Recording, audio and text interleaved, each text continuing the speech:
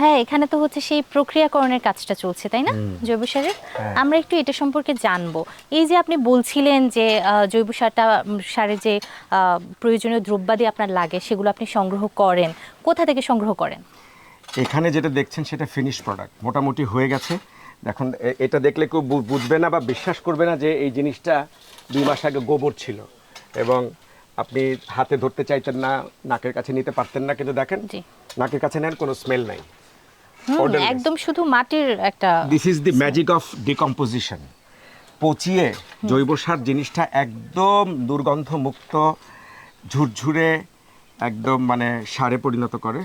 এটাই ট্রাইকোডার্মা করে বা ক্ষেত্রে বিশেষে কেঁচো দিয়ে করলে কেঁচো করে। আমরা কাঁচামাল কিন্তু গোবর হিসাবে গোবর নিয়ে আসি, একদম কাঁচা গোবর। সেটা সংগ্রহ করেন কোথা থেকে? আশেপাশে সমস্ত এই 5 কিলো 10 কিলোর মধ্যে যত লোক গরু পালে, কারো বাড়িতে 2টো গরু, কারো বাড়িতে 4টা বা সর্বোচ্চ 6টা, ওই গরু যে সমস্ত গোবর থাকে ওইটা আমরা 1 মাস 2 মাস 3 মাস পর পর ওরা এটাকে জমিয়ে রাখে। ও আচ্ছা, ওরা জমিয়ে রাখে, তারপর আপনারা নিয়ে আসেন কিভাবে? আমরা ওদের কাছ থেকে কিনে নিয়ে আসি। কিনে তো নিয়ে আমাদের আসেন মানে লোকজন কি যায়, দিয়ে? সাথে পিকআপ যায়, আচ্ছা। সাথে বস্তা যায়, আমরা বস্তা প্রতি একটা দাম ধরে ওদের কাছ থেকে নিয়ে আসি। এনে সেটা আমরা এই যে ট্যাঙ্কিগুলো দেখছেন, এখানে আমাদের প্রায় 30-35টা ট্যাঙ্কি আছে। এক একটা ট্যাঙ্কি ধরেন 1500-2000 স্কোয়ার ফিটের, নিচে ফ্লোর একদম আরসিসি পাকা করা। ওর মধ্যে আমরা এই জৈব সারের জন্য যে কাঁচামাল গোবর ওইটা রাখি, আচ্ছা। লতা পাতা নিয়ে আসি সেটা রাখি, কলা গাছের যে বডিটা সেটাকে আমরা কুচি কুচি করে মেশিনে কেটে ওটা মিশিয়ে দিই। আরও কচুরিপানা যদি জোগাড় করতে পারি সেটাও নিয়ে আসি, কুচি কুচি করে মিশিয়ে, পুরোটাকে মিশিয়ে তার উপরে আমরা ট্রাইকোডার্মা পাউডারের মতো ফর্মে আনি, আমরা এনে এটা মিশিয়ে দেন। ট্রাইকোডার্মা আমাদের দেশে গভর্নমেন্টে কয়েকটা প্রতিষ্ঠান বানায়, যেমন বগুড়ার RDA আছে, ওরা বানায়। এছাড়া কিছু তারপরে চিটাগংয়ে BFRI আছে, বন গবেষণা, আচ্ছা। ওখানে বানায়। ওখান থেকে আমরা এগুলো কিনে এনে আমরা এগুলো মিক্স করি। আচ্ছা। মিক্স করার পরে ভেতরে আস্তে ধীরে ওরা যখন কাজ শুরু করে দেয়, ভেতরে ওরা পচাতে থাকে। পচানো শুরু করলে ভেতরটা একদম গরম হয়ে যায়, বুঝছেন? আমরা মাঝে মাঝে চেক করি যে ভেতরে হিট বেড়েছে কিনা। 15-20 দিন 1 মাস পরে আমরা এটাকে ওলট পালট করতে থাকি। আচ্ছা। এখন এতখানি জায়গা, এটা তো কুপিয়ে ওলট পালট করা কঠিন। আমরা তখন ট্রাক্টর ইউজ করি, মিনি ট্রাক্টর আছে, আচ্ছা। ওগুলো দিয়ে আমরা এটাকে ওলট পালট করি। তো এভরি 15-20 ডেজ পর পর আমরা এটাকে ওলট পালট করে, মানে নিচেরটা উপরে চলে আসে, উপরেরটা নিচে চলে যায়, মিশাতে থাকি বারবার। এভাবে 1.5 মাস 2 মাস 2.5 মাস 3 মাসের মধ্যে একদম তখন ততদিনে পচানোর প্রক্রিয়াটাও শেষ, ডিকম্পোজিশন শেষ হয়ে যায়, আর ভেতরে আর গরম হয় না, ঠান্ডা হয়ে গেছে, এবং সমস্ত কাঁচা গোবর সহ যা যা ছিল, লতা পাতা গাছপালা সব পচে মিশে একদম পুরোপুরি জৈব সার হয়ে গেছে, যেগুলো আমি আপনাকে দেখিয়েছি অন্যান্য ট্যাঙ্কিতে। এরকম অবস্থায় কিভাবে আসে? ওখান থেকে আমরা যখন একদম শুকিয়ে যায়, মানে জৈব সার হিসাবে পচে রেডি হওয়ার পরেও একটা বড় কাজ বাকি থাকে, সেটা হচ্ছে শুকিয়ে নেওয়া। আচ্ছা। সেটার জন্য আমরা একটু সময় দিই।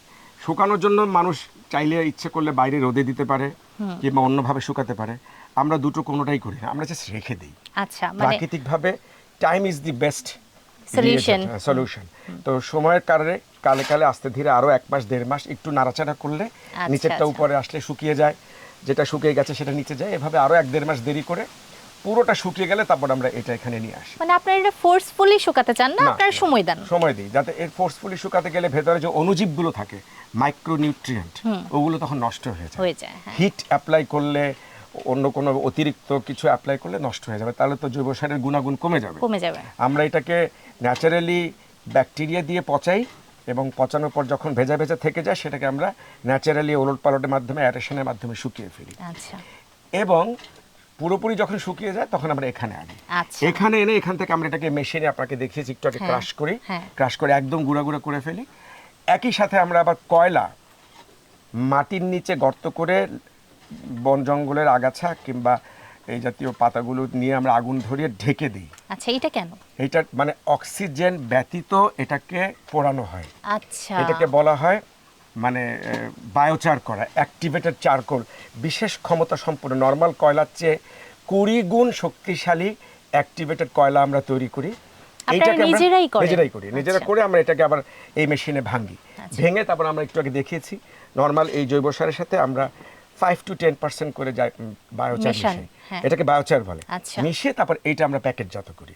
আচ্ছা, এই বায়োচারের গুণাগুণটা আমাকে একটু বলেন, এটা করেটা কি কাজটা? এটা অনেক গুণাগুণ। আমি কৃষিবিদ নই, সাধারণ মানে সাহিত্যে লেখাপড়া করার লোক, তারপরেও এইটুকু 2 লাইনে বলি যে মাটিতে বায়োচার গেলে এটা দীর্ঘ মেয়াদে মাটিতে থেকে যায় এবং মাটিকে দীর্ঘমেয়াদে প্রকৃতি থেকে নাইট্রোজেন এবং জলীয় বাষ্প ময়েশ্চার এনে এনে মাটিটাকে সমৃদ্ধ করে। So biochar is extremely useful for the soil এবং সয়েলের হেলথের জন্য। এবং আমরা তো এখনো চেষ্টা করিনি, কিন্তু বাইরের দেশগুলোতে যারা বায়োচার বানায় তারা কার্বন ক্রেডিটের জন্য অ্যাপ্লাই করলে তারা এটার জন্য বিদেশ থেকে ভালো অঙ্কের টাকা বৈদেশিক মুদ্রাও পেতে পারে।